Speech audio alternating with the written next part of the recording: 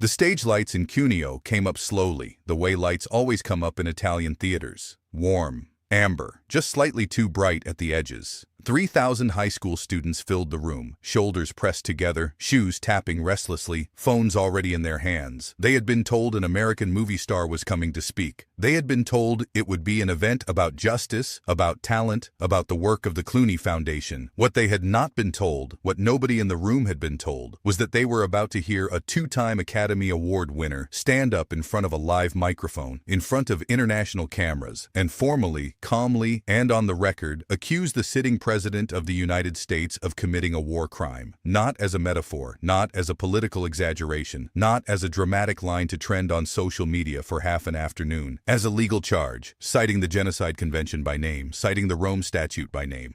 What you are about to read is the story of the day George Clooney walked into a small Italian city and made the most powerful man in the world lose what little was left of his composure over a single sentence. The date was Wednesday, April 8, 2026. The city was Cuneo, in the Piedmont region of northern Italy. The event was called Dialogues on Talent, co-organized by the Clooney Foundation for Justice, along with 2 Italian partners. And the man standing at the microphone did not walk into that room to promote a movie. He did not walk in to tell stories about Hollywood. He walked in to deliver a verdict. Clooney began almost shyly. He apologized for his imperfect Italian. He made a small joke at his own expense, warning the students to watch what they said, because he understood more than he could speak. The students laughed. It felt warm. It felt familiar. It felt like a normal visit from a famous face.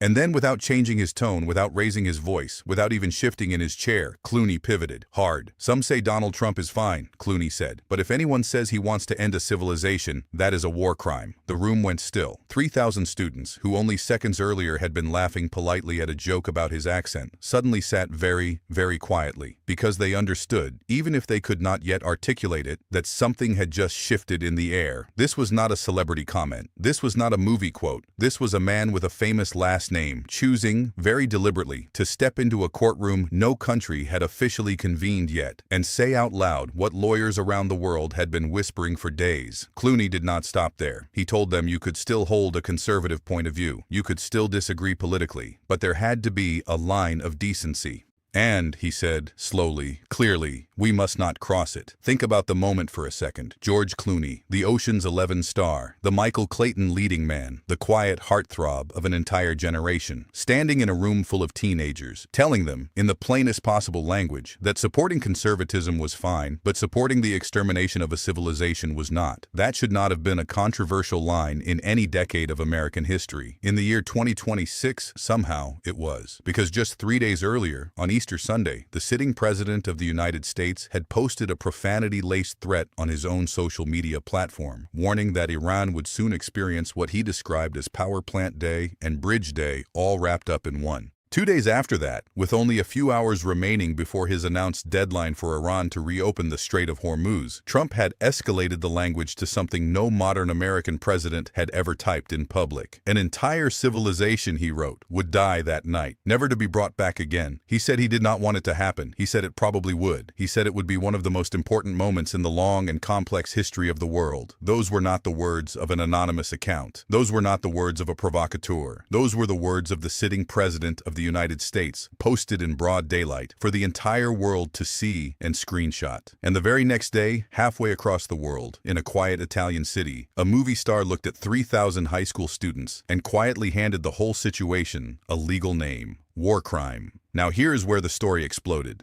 Because Clooney's remarks moved across the international press faster than anyone in that room could have predicted. Variety picked it up. Deadline followed. The Hollywood Reporter ran it. Newsweek, Fox News, The Washington Times, The Advocate, Breitbart, every single outlet across the political spectrum quoted the exact same line. And inside a white building in Washington, someone decided that a response was necessary. That someone was the White House communications director, a man named Stephen Chung. Chung, apparently briefed directly by the president, or channeling the president's exact tone, issued an official statement to The Independent, The Hollywood Reporter, and social media. The only person committing war crimes, he wrote, is George Clooney, for his awful movies and terrible acting ability. Read that sentence twice. That was the official statement from the White House Communications Director of the United States.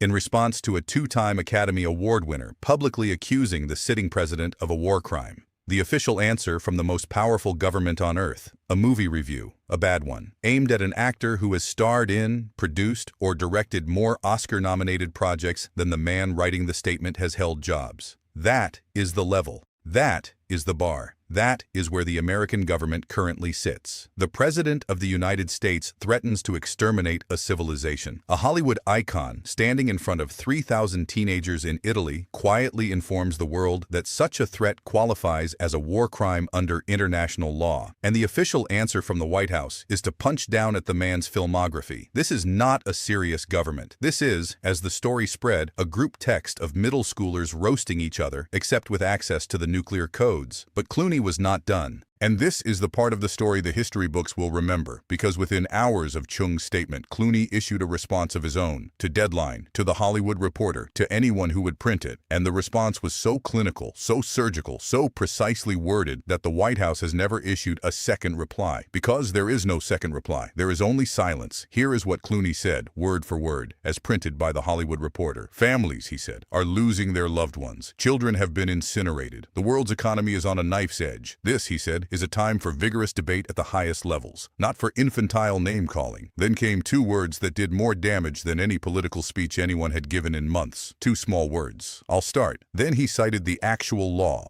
A war crime, Clooney explained, is alleged when there is intent to physically destroy a nation, as defined by the Genocide Convention and the Rome Statute. And then he asked one devastating question. What, he wrote, is the administration's defense, besides calling me a failed actor, which I happily agree with, having starred in Batman and Robin? The statement detonated across the internet, because every sentence of it was a scalpel. The first sentence put the stakes in human terms. Families losing loved ones, children incinerated, not killed, not lost, incinerated. A word Clooney chose with a lawyer's precision, a word that summons the imagery of bombing campaigns, civilian casualties, and the horror the Geneva Conventions were specifically written to prevent. The second sentence reminded the White House that they were supposed to be the adults in the room, and they were not behaving like it.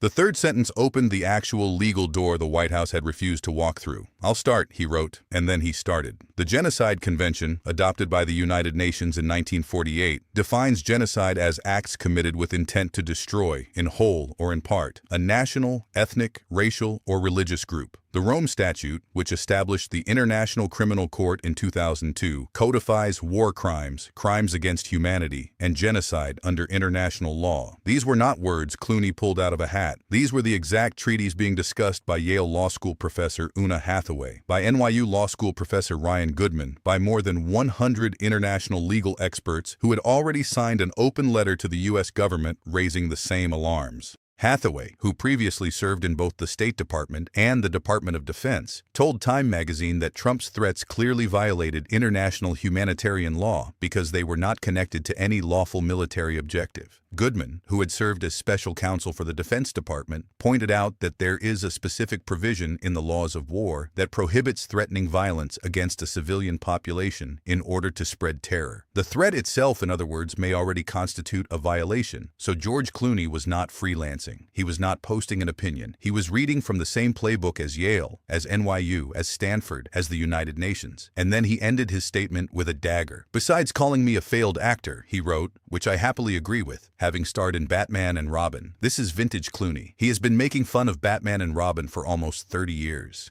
The 1997 film is widely considered one of the worst superhero movies ever made. Clooney himself has publicly apologized for it on talk show after talk show for decades. So when the White House came at him about his acting, he simply turned their insult into the setup for his own punchline. He agreed with them, which left them with nothing to say. That is how you win a public fight with a president who has never apologized for anything in his life. You give him the one concession that costs you nothing, and then you leave him holding the war crime allegation with no defense on live television. The White House has not responded again, because there is no response. You cannot outmaneuver a man who has already agreed that Batman and Robin was bad. And here is why George Clooney, specifically, is the single most dangerous critic Donald Trump has right now. Because this is not some random celebrity.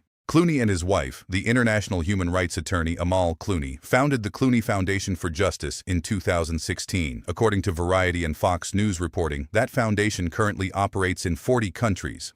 Amal Clooney is one of the most respected human rights attorneys on earth. She has represented Nobel Peace Prize laureates. She has argued before the European Court of Human Rights. She has litigated cases involving atrocities against Yazidi women. She has advised the United Nations on genocide prevention. When George Clooney cites the Rome Statute and the Genocide Convention on a stage, he is not guessing. He is very likely quoting his wife directly, and that is why the White House is sweating. Because when George Clooney accuses a sitting American president of a war crime, the sentence has already been vetted by one of the world's leading genocide prosecution attorneys before the microphone was even turned on. Trump, of course, has been swinging at Clooney for years. In December 2025, Clooney publicly criticized ABC and CBS for settling Trump's lawsuits for reportedly $16 million each. He told Variety that if the networks had challenged the lawsuits instead of paying them off, the country would be in a different place. That comment alone lit Trump's fuse. On New Year's Eve, the president posted on Truth Social calling George and Amal Clooney two of the worst political prognosticators of all time, mocking them for obtaining French citizenship. Trump has called Clooney a failed movie star, a second-rate movie star, a Hollywood elite. Every single time, Clooney has come back with class, with facts, and with the kind of quiet authority that has made Trump look like a man yelling at a cloud. There is also the Joe Biden moment, which you need to understand to see the full picture.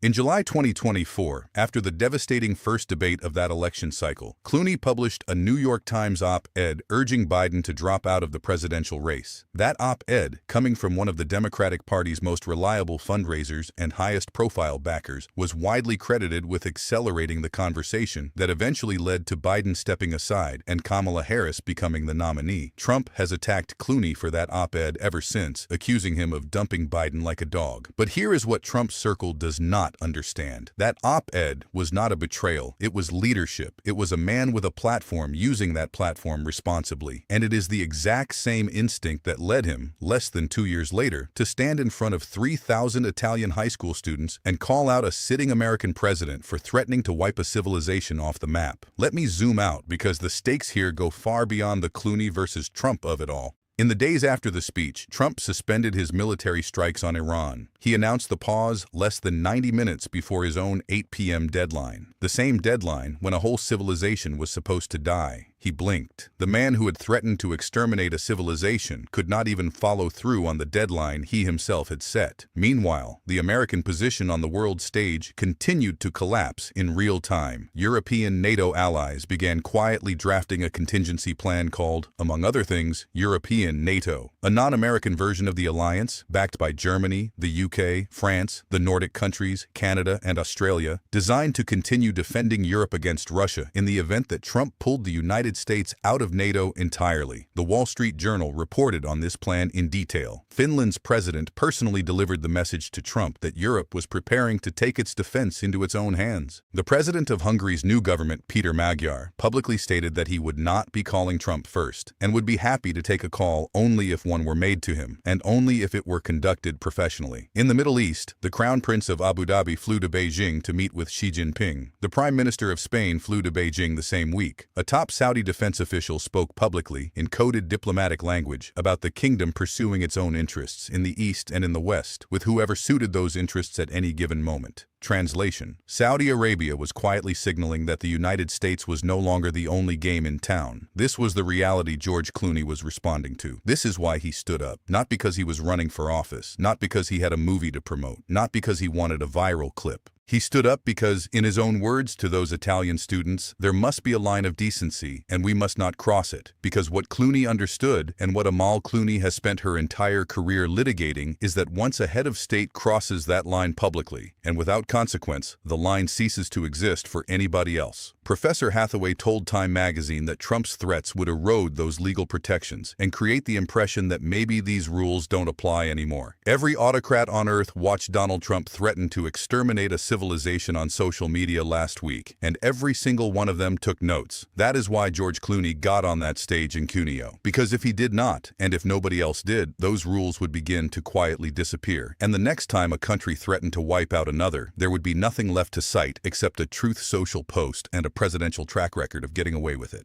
So what does the White House have to say about all of this? Terrible acting ability. That is the official position of the United States government on its own president's threat to commit genocide. Terrible acting ability. The moral collapse is complete. George Clooney, Oscar winner, husband of one of the world's leading human rights attorneys, founder of a foundation that operates in 40 countries, walked into a room full of teenagers and delivered more moral clarity in 2 sentences than the entire White House press corps has managed in 2 months. He called it what it was, a war crime. And when the White House tried to punch back, he made them look like what they are. Children with a microphone. When Trump himself did not respond, and he has not, despite his well-documented inability to let any slight slide, it is because there is no response to make. Clooney cited the actual treaties. He referenced the actual legal standard. He invited the administration to defend themselves. And the silence from the Oval Office has been, to put it plainly, deafening. The cameras in Cuneo eventually dimmed. The students eventually filed out. The Italian newspapers eventually moved on to other headlines. But that one sentence, delivered by a movie star in a small Italian city, kept echoing across the internet long after the applause had faded. Some say Donald Trump is fine, but if anyone says he wants to end a civilization, that is a war crime. If this story hit you the way it hit that audience, tap the subscribe button right now. Ring the bell so you do not miss the next breakdown. Drop a comment and tell us which Clooney line landed the hardest. Was it children have been incinerated? Was it there must be a line of decency? Was it I'll start? Or was it the Batman and Robin mic drop that left the White House with nothing left to say? Because these stories are not just celebrity feuds. They are quiet little records of a country watching, in real time, as one private citizen with a conscience did the job that entire institutions had been too frightened to do. The next one is coming soon, and you are not going to want to miss a single second of it.